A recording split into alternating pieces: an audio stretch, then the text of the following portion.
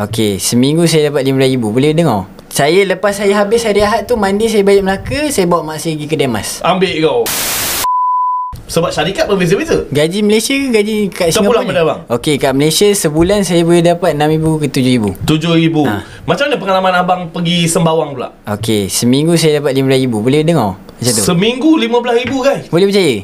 Jadi boleh pergi haji balik hari, bawa mak sekali. Saya lepas saya habis hari Ahad tu, Monday saya balik Melaka, saya bawa mak saya pergi kedai emas. Ambil kau. Bawa kedai emas guys. Satu benda yang boom.